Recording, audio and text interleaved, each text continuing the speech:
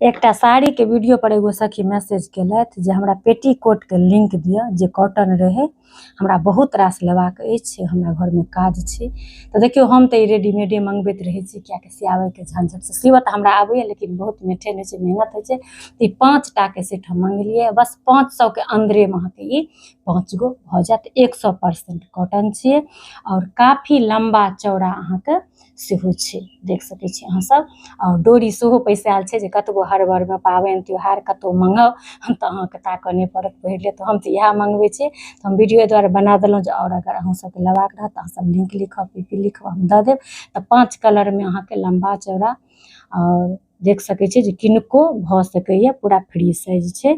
तऽ अगर अहाँ सब लेब सही में अपना सबके जतबा साड़ी के झंझट रहैया तैयार करके, ओतबा साया के, हर साड़ी पर अपन अलग साया चाही। मैथिली में अपना सब साया कहै छियै और ओना पेटीकोट सेहो कहल जाइ छै। ताहि दुआरे हम दुनू चीज कहि देलहुँ हन। अगर लेबाक अछि तऽ लिंक पीपी अहाँ सब